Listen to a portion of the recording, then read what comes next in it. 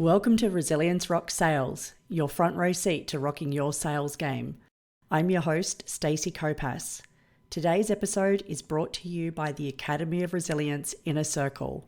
For more information, head to academyofresilience.com.au.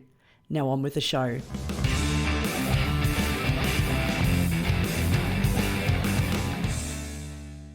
Hello and welcome to another episode of Resilience Rock Sales. Today, I am joined by James Schramko, author of Work Less, Make More. Welcome to the show, James. Hey, thanks for having me, Stacey. I'm super excited. James is a model of consistency and longevity on podcasting, and this is a very beginning. So definitely a person to aspire to as far as that goes. And I know that I've definitely learned a lot from listening to your podcast over the years as well. So thank you for being so prolific and consistent. Well, yeah, it's been a while. You're going to have lots of fun things too. You'll probably lose a couple of recordings.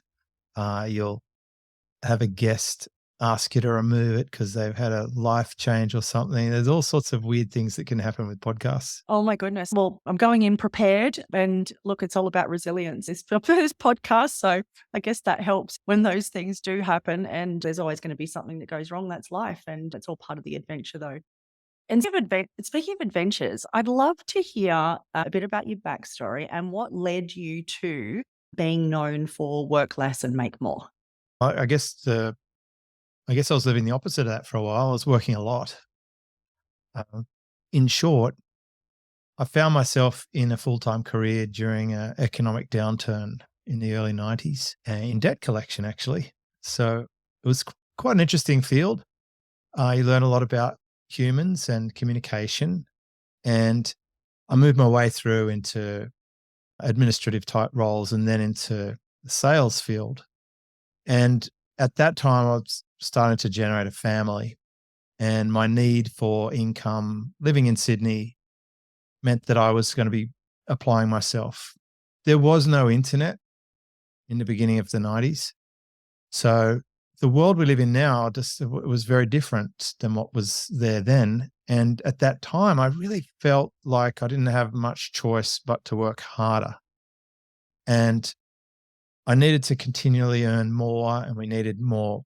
We needed a bigger car. We needed a bigger house. We had more kids. I had 4 kids. Every couple of years, we'd have a new kid. So it's just like this pressure and this workload was intense.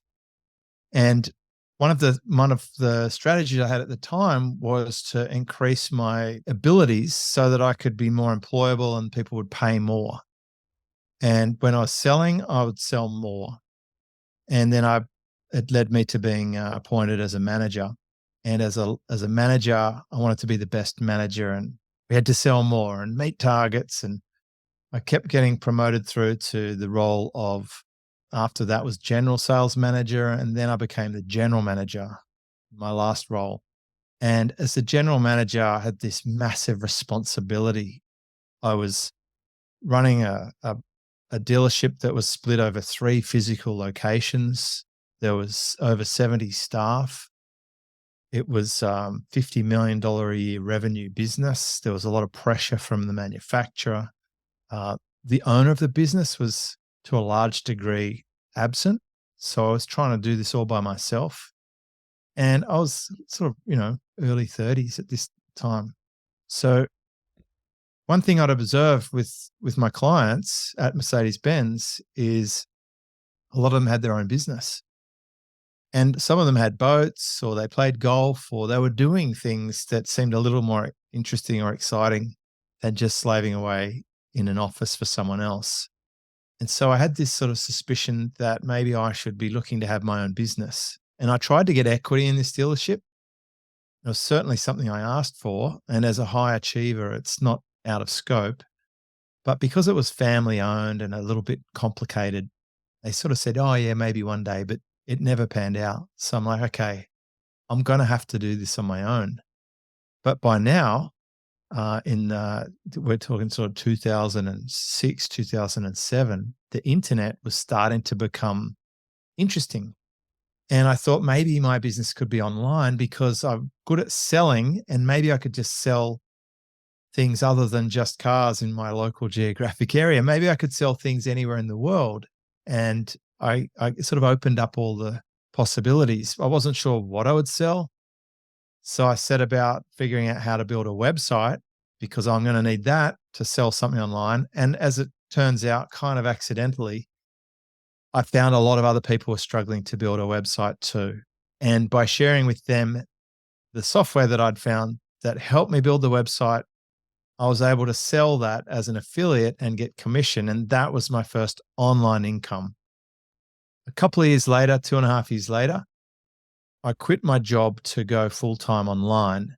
And believe me, I was working really hard when I did that. I was like, I need to make sure this is going to stick. I'm going to just work really hard. I work 7 days a week. I work probably 100 hours a week. So it was no change in the hours, but I was working now on my own thing and learning and building. And then eventually I was able to sort of sit back and get it up to a run rate that was sustainable and then ease back off the throttle a bit and say, okay, we've lifted off. We're at altitude.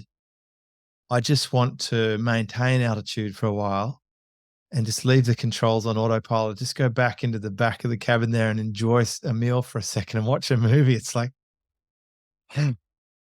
and as I started taking a day off, like Sunday and then Saturday and Sunday, and then eventually Monday, Saturday, Sunday, and then Monday, Saturday, Sunday, Friday, I got into a 3-day work week cadence about 8 years ago. And then what I realized is that I can still maintain my income even though I'm not working as much. And then I started finding lots of ways to get more leverage, some more, a lot of people talk about productivity, but I think leverage is the right word. You can get leverage from your team, you can get leverage from your business model, and you can get leverage from tools. And that's increasingly in the public eye right now because of AI. But before all of that, there are certainly some choices you can make to move your position from almost unsustainable to highly sustainable. Yeah, and I can imagine, like you mentioned there, pressure and responsibility, and both as as a leader in the business, but also, as you said, if you've got 4 kids at home living in Sydney. I'm a Sydney-sider, even back then. It was expensive to live in Sydney. What was that like as far as that, I guess the initial being back in the role before you discovered online and all those type of things? What was that like, sort of managing that pressure of being a husband, a father, and I guess almost being a parent to 70 people that you were responsible for as well? What was that like at the time? It was intense. It was too much pressure for a young man. I started selling when I was about 23, and I'd have customers tell me, "You're too young to be selling BMW." It was at the time, my first 2 years, and I was thinking, well, I guess I could believe them, but my results would show otherwise. I was actually getting pretty good at it. But I started dressing more like an old man. I had glasses. I had a Jeeves and Hawkes tie from London Savile Row. I'd had the expensive shoes and pen. I was starting to look and feel more like what they needed me to be selling a luxury car. But that wasn't me. Real me is more t-shirts, bare feet. But I guess I had to put on my work warrior face to go to work. So it took a lot of energy. And I think when I started that car industry sales role, it was sort of 11-day fortnights, but in reality, I was working every day, even on my day off. If a customer came in and I'm not there, I'd try and get up to the dealership or at least follow them up on the phone and not lose a sale because any one of the other 5 would happily steal my commission. So it was always on. It was just burning adrenaline. I'd like, even as the stakes got higher as a leader in that last role, like it's all on me. I remember this situation where we had to move the dealership. When I started there, we were renting some other place because we just started construction on our actual place. And when that place was finished, it's like, okay, we're going to have to move. And the owner of the business got on a plane and went overseas for weeks. They disappeared. Too much pressure. And I had to move the entire dealership from one place to another. That's like, there was so much junk too. This owner liked to collect things and keep things. They were so frugal. They wouldn't buy new things. They had all this extra stuff in storage. And I'm like, well, what are we going to take? What are we going to leave? I knew if I got rid of stuff, I'd get in trouble. But at the end, it was taking up like 7 car spaces full of crap. So I ended up just chucking it. They were furious when they got back. But I mean, and that sounds stupid, like a little thing like that, but you chuck someone's 20 years worth of storage, they're going to get upset. I'm like, well, where were you? I remember the first night when I took over that new dealership, there was a bucket of keys and none of them were labeled. And I No. spent about 4 hours walking around the dealership with a bucket, trying keys indoors to figure out what opens what. All new security alarm. We had these bollards out the front to stop people stealing the cars. We had to coordinate moving all the cars, all the people, all the desks, all the phones, all the power. It was just massive. And, I was still quite young, early 30s. And then I get to go home and face all these kids and my wife. And like, it was a lot of pressure. And I actually feel like these days, probably I had some kind of post-traumatic stress disorder from all of that. The industry was a tough industry. It was, you were just under attack from all fronts. You had your team nagging at you. You had your family to fend for. You had the owner who like wouldn't make decisions or send anything back for approval or give you any guidance whatsoever. And then I had the manufacturer who were, I mean, it's frightening what happens in enterprise level. We're seeing a glimpse of that now with some of the news we get about some of these big pharma companies and political lobbying or whatever. But I can tell you, I've seen all of this firsthand. I would be driving home at the end of the month, and then the manufacturer would call up and they'd say, hey, about your month end, we're going to include 20 cars from next month in this month's reporting. And I'd say, but they're not delivered. And they'd say, yeah, but we need the numbers for Germany. And I'd say, but they're not even in the country. They're still on a boat. They're like, sorry, but we need to send it off because we're under target. And so we're doing it anyway. And then they'd hang up the phone. And I mean, I was so compromised. My blood would boil. I was like at breaking point, and this frustration of just put in blood, sweat, and tears for the month. And now they want to fudge the numbers. And I got no owner to talk to about it. I can't really share it with the team. It was my burden to carry, and then I have to deal with that.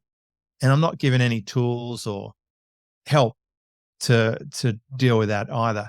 So I guess I found myself in some of the books on my library here to work my way through this, everything from Tao Te Ching to the art of war, right? I was learning from the greats from hundreds or thousands of years ago to find answers, because they weren't going to be coming to me. I had to take all this responsibility, and it was a huge burden to carry. And I think probably one of the scariest things I've ever done was quit that job because I was getting a big paycheck and benefits. But it's also, when I look back, I just think, oh my God, like, thank you for doing that. You've saved our life. I look at past me. I don't know how you had the courage to do that at the time, but at the same time you had to, or you would just burn up into a ball of anger and depression. So what did you do to, first of all, obviously it sounds like you're in survival mode for a lot of that. Like, you wouldn't have even had time. Like, when you mentioned reading books, I'm like, how did you even have time to read a book in that space? Everyone's So got time to read a book. It's something I started early. The first sales book I read, I was 12 years old. really? Yeah. I was actually competing in a sailing competition in Perth. I was about 12. And at the end of the competition, the adults, there was 3 adults I was racing with, and I was the little kid. They used to have these baler boys in the boat, like this, just a little 3 adults and 1 kid, and they would just run around the boat tying up all the knots and scooping water out. Later on, they dropped to 3. That was a silly, weird dynamic. But anyway, they put me on a midnight special flight back from West Australia to Sydney, and I was wide awake, and I went to the bookstore there, and there was no magazines. I used to buy a sailing magazine or whatever. There was just a bookshelf, and one of them was this Tom Hopkins, How to Master the Art of Selling. And so I read this book on the plane on the way back, just through boredom. And this is, I think, well before there were TV screens on the back of the seat. So that's the first sales book I read. But as I was making my way through my career, I discovered that this kind of university of book library is a good return on investment. When I became a salesperson, I went down to the Australian Institute of Management bookstore, and I bought 6 books on selling, and I read them all in one weekend. When I became a sales manager, I went and bought 6 books on sales management, and I read them all in one weekend. And I think one of the biggest lessons I had was when I had an administration job. I was seconded to a sales team, and they were all the best of the best. They were like the top kind of sales. They came from Xerox and Hutchinson Communication, and we started up this new division of a digital telephone company called Vodafone in Australia in 1993. And I was just I was the one putting the phones in and out of stock, doing stock control and administration. And I was given to these sales team, and I'm like, these people are like the Wild West. They're crazy. And they would I'd go to their meetings, and they would be talking about Spin Selling by Neil Rackham, and they'd go through chapters, and we do role plays and stuff. And like, I'm not interested in this stuff. This isn't me. And then some human resources lady in the company profiled me, and I did some disc profile, and the result came back, and she said, by the way, you're actually perfect for selling. I said, really? She goes, yeah. If you'd consider a sales role, this is a good pathway for you. I'm like, I don't want to sell. I've already been a debt collector. I don't think sales is for me. I'm not like these people. So I actually never associated myself as a salesperson before selling, even during selling and even after selling. I've never been that classic salesperson, but apparently my profile is quite good for selling, which is probably made it a little easier for me than it might have been for someone who's not suited to selling from their personality. And there was another profiling we did at some other point where there were 4 quadrants, and there was like an expressive and a driver and then analytical, and the other one was amiable. And when I found people who were amiable, they were rarely good at selling. They were just too soft-skinned and too vulnerable, and would be damaged by having to do some of the things that the sales process involves. So I always found that quite interesting. And you mentioned there the being too soft-skinned or something like that to be in sales. And so as far as that goes, then what role do you feel that then resilience has had in your success in sales and business? And then in generally, what role do you feel that it plays? Well, I think it's a core skill to have, resilience. If you're not resilient, you'll be trampled in life in general, I think, because, and especially in the last few years, what we've seen is a mass scenario of being controlled by governments, and even, I don't know, it probably borders on a psyop operation in a way, but they turned the public against each other, even with false narratives, and we're able to pull it off through mass advertising and coordinated conditioning of society. And as someone who's been used to freedom and who is well and truly responsible for oneself and in control, I was absolutely horrified by how that went down. And I see people being very anti-resilient. And if you're anti-resilient, it just means you're going to be controlled and you're going to fit into someone else's plan. I love that old saying, if you don't have a plan, the chances are you'll fall into someone else's. I think that's pretty true of society. A friend of mine, John Carlton, talks about most of society just being in a trance. And you hear other people like the Matrix type people, they're like, the red pill, the blue pill, and all this. And I think it's become a bit political, but I do feel like having a high level of acuity or awareness can let you observe what's happening and be more in control of your own destiny. Its simple metaphor is going from sitting in the back seat strapped into a car seat to going into the driver's seat. Like, what seat of the vehicle would you like to be occupying? Because if you're strapped into the car seat, and my daughter remarked about this morning because she's 4 now. She lets herself out of the chair when we pull up.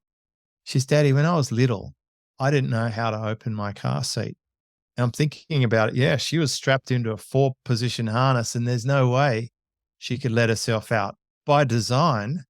But a lot of people are going through life in that position. They're just strapped in and they don't know how to get out of it. You get out of it by building your resilience and building your self-responsibility. But it's definitely true, that saying about it's not how many times you get knocked down, it's how many times you get back up. You will have and encounter challenges on the way through. And as some of my rich clients put it to me, they would say, and these are people worth $200 million, et cetera. They would say, James, that you're going to have to crawl over broken glass at some point if you want to get to the other side. Another one of mine, he would say, you're going to have to eat beans. There'll be phases where you just eat beans. This guy owns most of the residential building towers in a suburb of Sydney. And when he first bought his land, he could afford nothing to eat except for a can of beans. He'd have half a can of beans each day. That was his whole budget for food. And he went through that mental phase. But I think other things like sailing taught me resilience, because you're against nature and you can't control everything. And there'll be all sorts of things happen to you that you can't control. And it's how you react to it that you can control. And I especially like that saying from Tony Robbins that things happen for you. If you just adopt that framework, doesn't matter what the challenge is. If you say, well, this happened for me, now what am I going to do as a result of this? How will I react to this for the things that I can control? I think that's going to serve you well. And it's just that simple word swap, isn't it? The happening to rather than happening for. And, looking at language is one of my resilience rocks and one of those pillars of resilience, because, I personally discovered in my own life, as soon as you realize you can't change the facts of a situation, but you can change the story you tell about it, both the story you tell yourself and the story you tell the world, and you can change what you do next. And it's just super powerful. And tying back that responsibility piece as well. And that's actually the first chapter in my book is responsibility. And it's one of those things that it's like, ultimately it's most important, but it's probably the hardest for a lot of people. And I agree with you. Over the last few years, my goodness, just seeing so many people go, government, tell me what to do, rather than It's like frightening. it blew my mind. It blew my It's mind. frightening. And It's like even on a basic level, people still rely far too much on a general practice doctor who spends very little time on nutrition or whatever. I've had health encounters along my way, as we all do, where the first piece of advice that was given to me turned out to be not very helpful. And upon going deeper in other areas, I've found way better solutions, but you have to own it. And some tells of people who aren't responsible are they blame the government or they blame whoever, a god of some kind, or they hope to win the lottery. That's their only possible solution to solving the woes of their financial destiny, is to win the lottery. That's defeatist. And if you remove those as an option, now it's like, okay, what have you really got? Do you really want this? yeah, it is that the blamatitis, isn't it? The always everybody else's fault. And yeah, I agree with you. It's just that's become so much more apparent, is seeing that. And so going through, there's so many places we can go from here. Um, so what I'd love to explore with you is, you've mentioned that responsibility piece, and obviously you demonstrated that so powerfully back in the role that you had, like the last role with Mercedes. But then juggling that with being a parent as well, like what impact did those work pressures that you were experiencing then, as you said, especially with an absent owner and all that type of stuff, and needing to step up and make those decisions, knowing that you probably were damned if you did, you're damned if you didn't, as far as the decisions that you made. What was that like then to then go home from that? And how did that impact your ability, I guess, to be was present and connected with your family as well? It's hard to be present and connect with your family when they're tucked away in bed asleep. So it was very frustrating. It's frustrating as a parent, a young parent, where, you've really bitten off more than you can chew to some extent.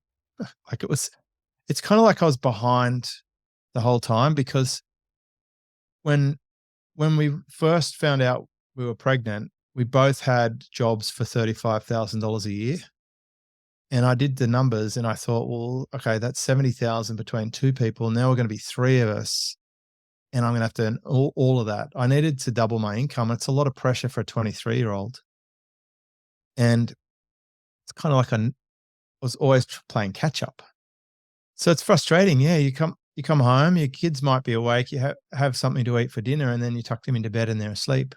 And this is where I think it gets quite blurred because a lot of people will say, oh, I'm doing this for my family or whatever.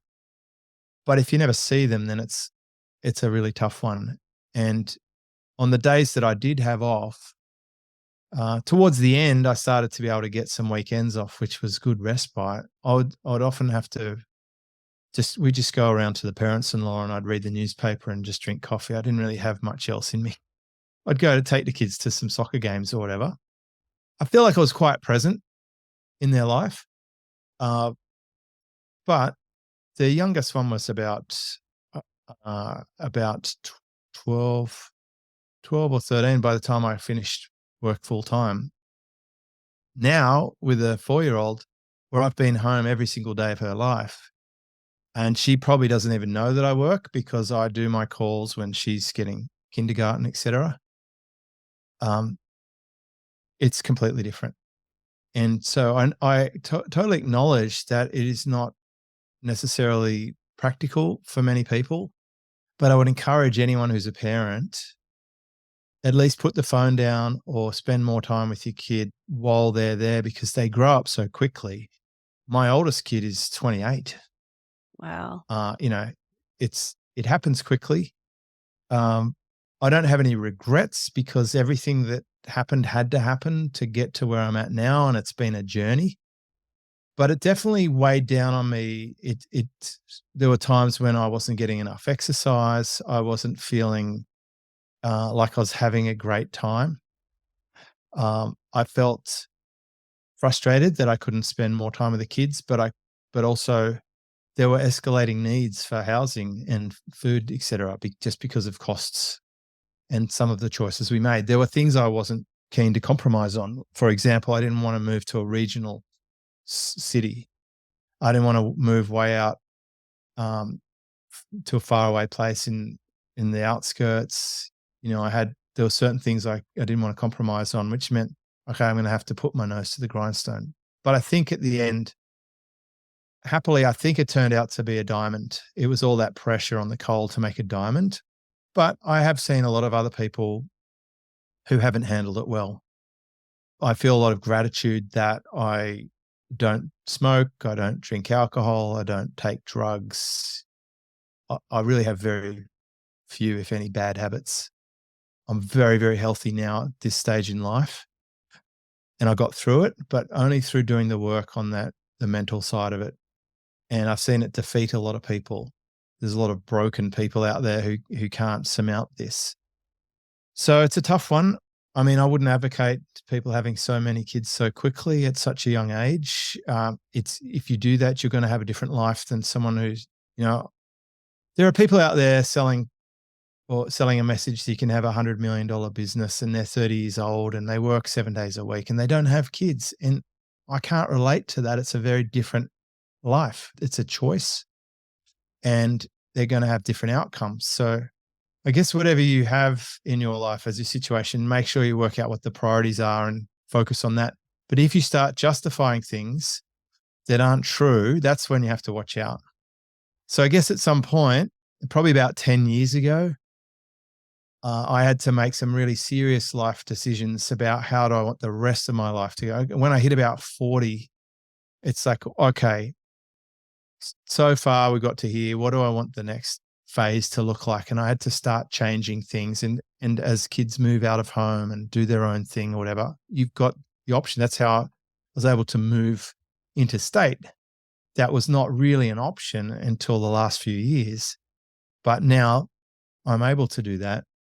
And you can start ticking all the boxes. It took me until then, until the age of 50, to finally achieve my goal of living in the type of home I wanted to live in that I'd harbored since I was 20.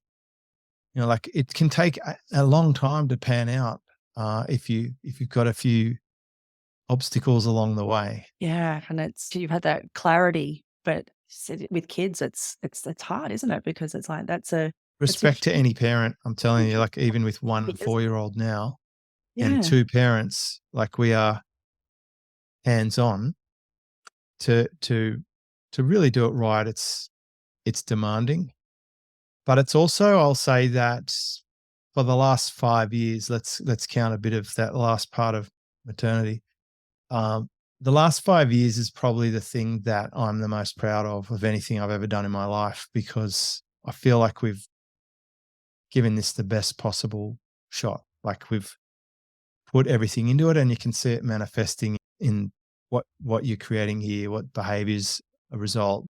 The investment in doing good child caring is so profound. And I think importantly, what I'm saying is it's much easier now with the internet than it was when my kids were coming out. There was no internet. And so there are game changers every few generations that will profoundly change things. It's much different now.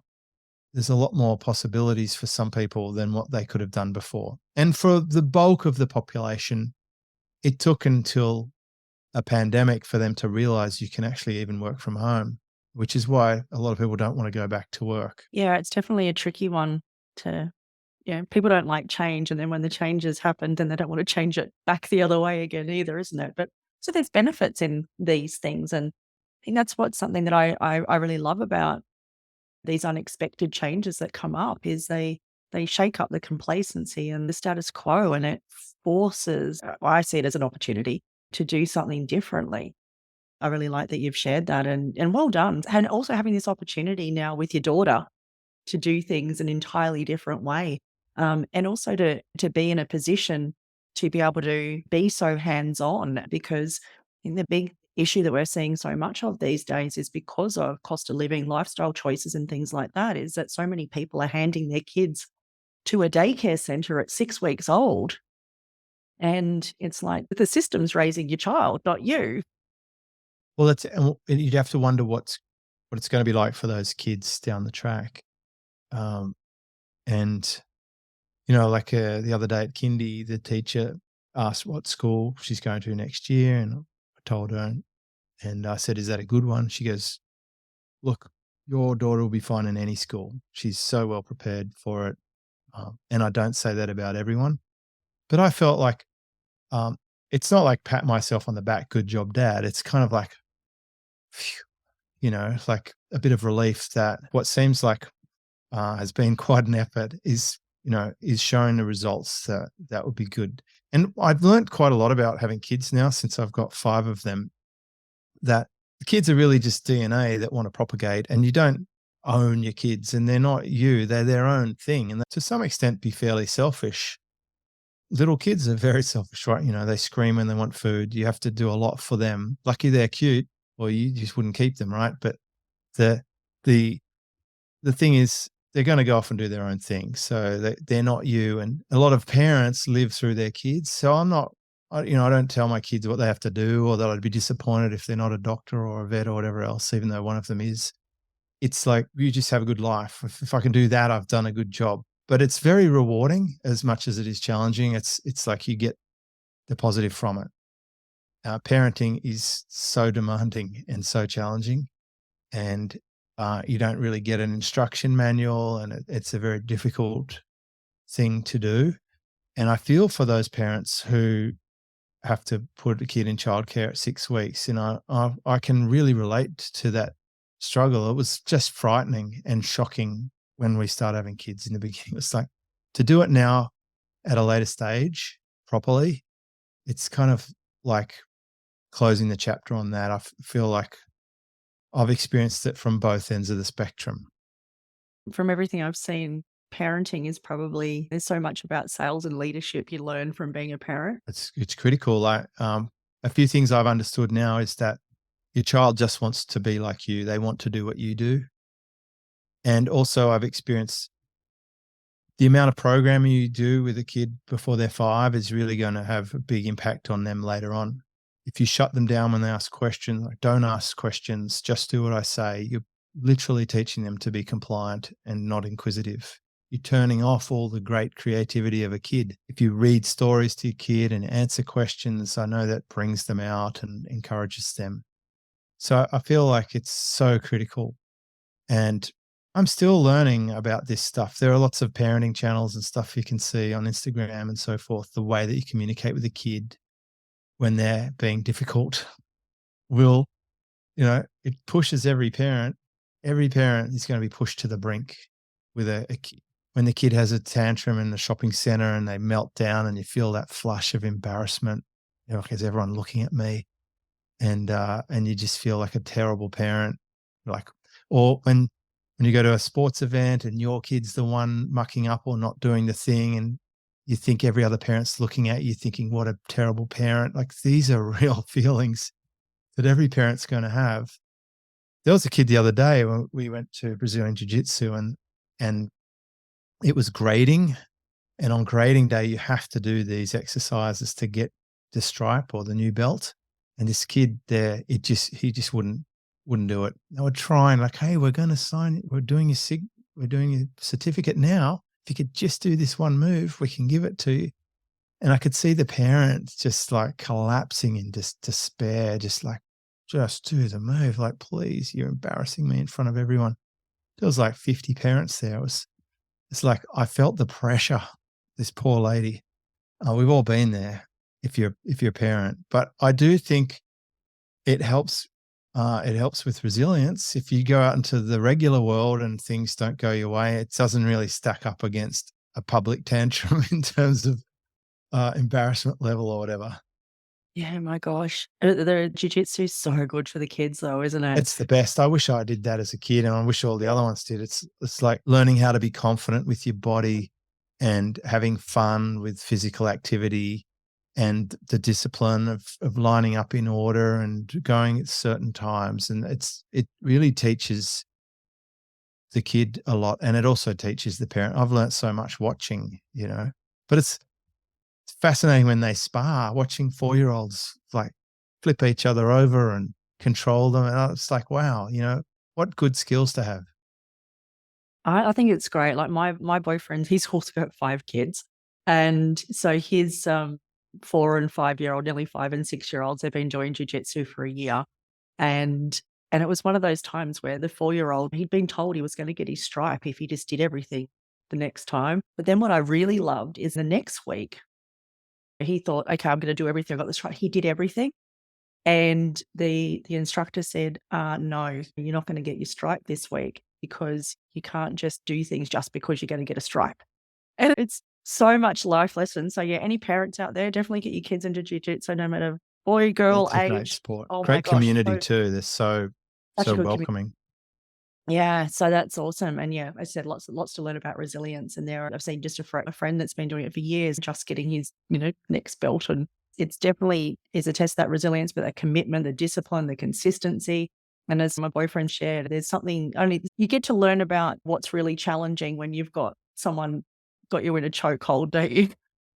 That's it. My her finger got bent a little bit one day. Another boy bumped into her and just smacked her flat down on the floor during a game. And she'll have a little moment and then compose herself and then go back out. And they're the little moments now that I think will be important later on. Yeah, that definitely. And especially the sub 5, sub 7. I think a lot of us have spent our 30s and 40s trying to undo a lot of the stuff that happened. And when you recognize the importance of those times and the impact it has on their entire lives, it's definitely something to pay attention to, isn't it? So I'm glad that you've made those changes in your life. And then also that you're able then to mentor and coach others in order to do that as well in their own businesses too. So I appreciate everything that you've done and everything that you are doing. And yes, your name keeps coming up over and over again as somebody that is so respected and admired in the space. So, yeah, so thank you again, and I appreciate you sharing and continuing to share. Oh, thank you, Stacey. And it's important work that you're doing, and we need more of that. We need more support. It's incredible how many conversations I have, especially privately, with people who are struggling against something. There are a lot of people out there in pain. I remember that saying there's not a person on the planet you wouldn't love if you knew their true situation. And I'm always mindful of that, rather than being quick to judge or quick to react. You see some of these Facebook community posts. So I'm sure you get them in your community where people post things and then just get absolute hate for it. And I think these people are being unfair because people generally would rather have love and support than this hatred piled on them. And it's a pretty toxic situation. So we do need people in our corner who are prepared to listen to us and support us and not judge us. Yeah, it's super important, and the support, another one of those resilience rocks, support and connection with the people around you. And it's two ways. So it's having those people that you can reach out and share that you are struggling, because there's so much stigma, particularly for people that in the entrepreneur space or in the Oh, sales space where it's just so highly competitive and it's all about how great people are doing. The more that we can have these conversations where we can go, look, you know what? It's not always like that. And, to be able to do that, and it just can be one conversation that can completely change someone's life. So making sure that there's that, support and connection. And it's something that I really love about having these conversations around resilience and being able to encourage that. And when resilience, not just about, geez, how do you cope, but how do we actually support and encourage the people around us as well? And it's not all about just celebrating all the success. Celebrating success is important, but sharing openly and vulnerably about the things that are difficult along the way, that are real along the way. So I think the more we can do that, the better. And I love that you're doing that, helping the people in your community with keeping it real as well. So there's more success. We're going to have more people that are taking ownership and responsibility in a world where everyone is pointing the finger at someone else. I think the more that like-minded people like ourselves can support and encourage other people, I think they're trying to overcome some of that toxicity and that negativity and the haters. They're always going to be there. But if we can be some of the people that are going to shine the light on the good stuff that's out there, that's why the lighthouse is up there. Got to be shining the light. it's such a Um, vivid picture. I've been admiring that. it's just a reminder to myself that the job of the lighthouse is to shine the light, not to save the boats. And in all of our worlds, we've all got an opportunity to influence and be a lighthouse in the world of the people around us. And there was one more aspect on the resilience rocks piece as well. So obviously resilience being, it rocks all these different areas of our life. It's a rock as in a foundation, but there is a musical twist to it as well. So I do have a playlist on Spotify called Resilience Rocks. And music is one of those resilience rocks that you can change your state in 3 to 5 minutes with any piece of music. So I'd love to know for you whether it's something that either lifts you up, settles you down, or just gets you grounded. What's your go-to song that you would play in order to change your state in a quick space of time? Probably play Led Zeppelin, and it would probably be The Ocean. You're right. Music is incredibly strong for anchoring. We have playlists by sort of category. When my daughter was young, we would play the playlist every single time we put her to sleep because she would get familiar with it. And because we were traveling a fair bit, it doesn't matter where we were, she had something stable that she could anchor. We have a playlist for our house and we have a playlist for driving. But I'd say for me, yeah, to be that Led Zeppelin was really a strong part of my life when I was about 18.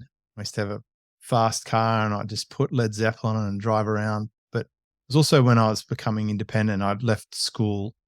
I was doing laboring jobs and I'd drive my V8 ute across Sydney to my labouring job and play this music and lose myself in that classic 70s era stuff that I hadn't really been exposed to before, because my parents were more into things like the Tijuana brass band and Patsy Bisco sort of stuff.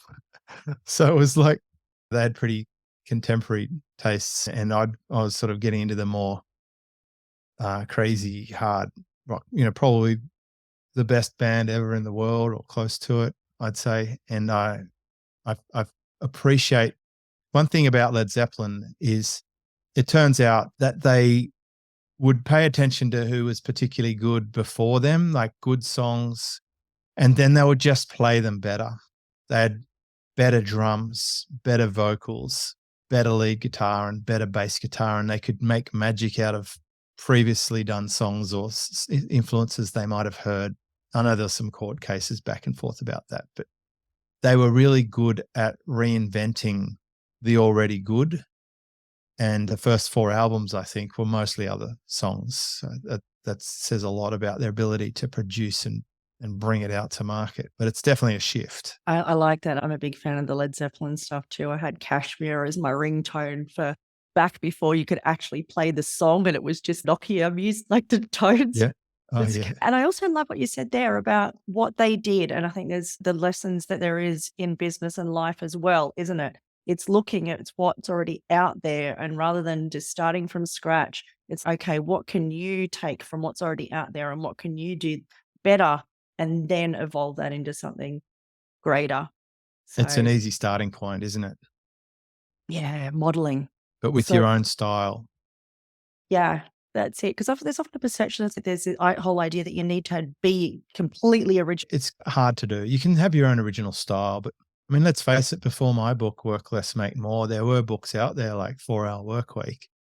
But you find your own truth and your own perspective on things. And when I set out to have that book done, I had no idea that's what it would end up being called. We just took my body of work and where I was at and then put it together and then labeled it in hindsight. And it turned out to be that was the message. And so it's not like, oh, we're going to make our version of this. We're going to like, what have we got? And then what should we call it?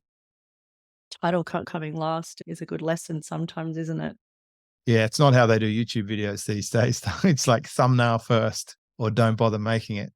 So talking about your book, so Work Less, Make More, where can people pick up a copy of that, and where can people connect best with you if they would like to learn more about what's happening in your world and how they can work less and earn more themselves?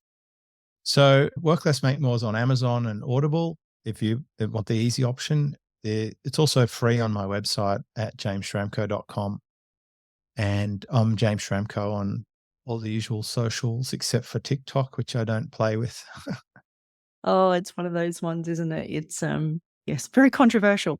I definitely encourage people to connect with James. Your reels are amazing. I'm always picking up little bits of gold in there. So definitely reach out and connect with James. And again, thank you so much for the conversation today. It's been wonderful. I've learned a lot and it's been a lot of fun too. Oh, it's been nice to be able to share this, and I hope someone gets some inspiration or a little bit fired up to go and grab the controls. So I think that's really the most important message, that everyone goes through struggle and that quite often you can get through it. And that's the positive message. Awesome. So yeah, don't shy away from the struggle. There's gold on the other side of it. And it's a big vision of mine is to help people to see how they can turn their obstacles into opportunities and see problems as possibilities. So it's a good place to be. There are going to be no shortage of problems. So change your perception of how you look at them, and then you can grow from them and become greater in the process. Thanks again, James, for joining me today on Resilience Rock Sales. Thanks for joining us again this week on Resilience Rock Sales. Don't just listen though, take action. The best sales professionals are always learning. Head over to resiliencerocks.com now to go backstage and get the resources mentioned today to help rock your sales goals.